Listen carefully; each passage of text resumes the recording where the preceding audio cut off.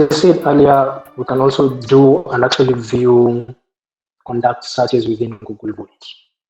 Right? Google Vault enables you to meet your organization's data compliance needs. And if you're going through an audit, you can actually show auditors that your data is backed up. You always have a copy of your data.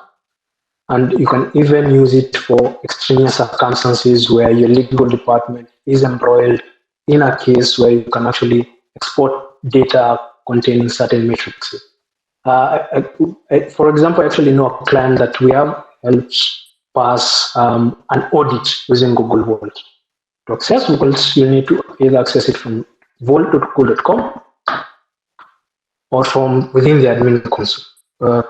Coming to your accounts, if you're an admin and you have been granted the admin privilege and the Google Vault privileges, you can actually access that from here.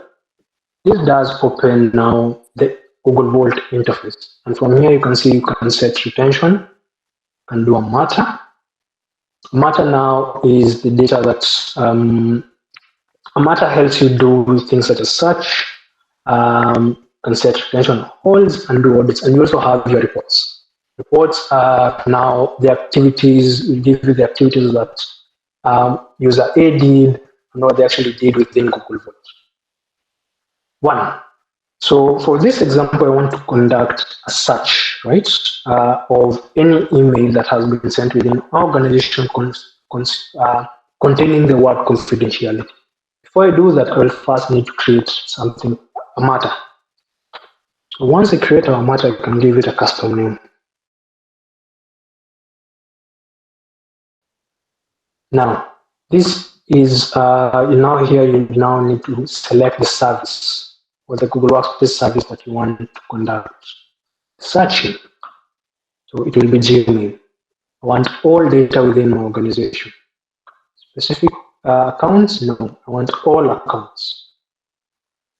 From here, the query, the search term will be confidential. And I also want, you can also exclude emails saved in the user's drafts, or you can actually include them, right? Once I've done that, you can even set, before you even conduct the search, you can even give it a fine-grained duration of your search. You can fine-grain it within a specific duration, either dates,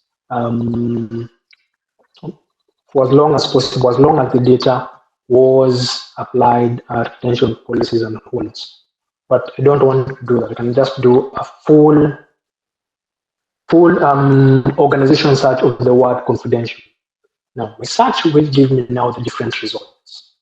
For my search here, you can see any email that even was sent in confidentiality, right? So this does contain the word confidential. It's also captured within my search parameter. From here, you can actually see the full body of the email. What was sent back and forth.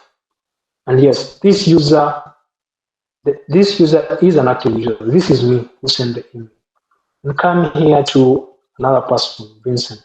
He sent an email that contained words such as confidential. And you can actually see it's actually mapped there. You can actually get that. Or as I said, all confidential, even sent in confidentiality are also identified by this search of mine. For legal purposes, if I want to do further analysis and audit of this email, I can actually export it in different formats. And the most easiest format to actually go through emails is through a PST. You know, IT guys who are normally used to Outlook understand what a PST file is, that you can actually even import it back to Outlook and actually read those emails from third-party mail clients such as Outlook. And I will now save my export by giving it a name.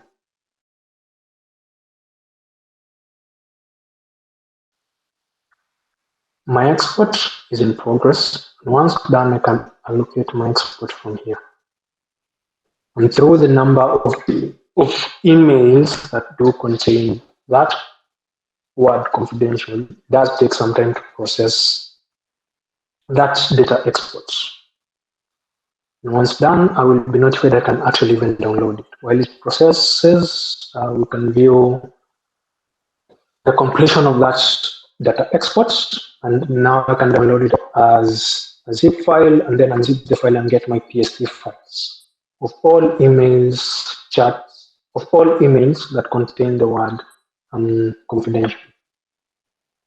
And to note, just a point of note, your exports that you created can be accessed within a 15-day duration. After that, the export is the exports using that I have exported cannot be accessible, but the data still remains on hold under the Google hold and retention policies. You can see here my export is at 93%.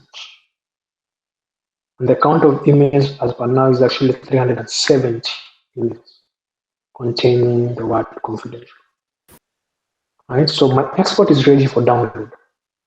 You come here, this is the size of my export, which is 100 MB of data. Click download. And here, once I click this, I will download the zip file containing the PSD file of all emails containing that one. And you can later import this data and view it through a third-party mail client such as Outlook, or even use an additional tool for Google Workspace migration tool. Migrate it back to a different Google Workspace account. And you can see here my download is being performed. This does take a while, depending on the size of your data. And Vault does give you other different meta tags, right? Through your through the different exports. So you can see here, this is a meta tag for CSV containing the word confidential, the search results, which these are different CSV files. Contain of now the 107. We saw there were how many emails? 47 emails. Just be a list containing email addresses, but not the actual emails.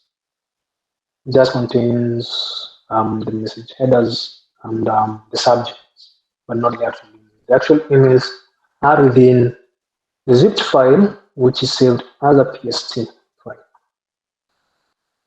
Yeah, this is what I've downloaded. And here I can come to this big folder, zip file. And I can unzip it, and here I can see my PSD file. All the data that I actually contain the word confidential. See, this is a PSD file that can be opened via Outlook. And I can either choose to import it or open it from here, but this will take, if I have Outlook installed, it will take a while before that data is viewed from Outlook. So yeah, that can complete now our demo. We can always, for all our clients, we always do admin trainings and user level trainings to get them accustomed to the different Google Workspace features and other hacks that you can manage with users, data, and even devices.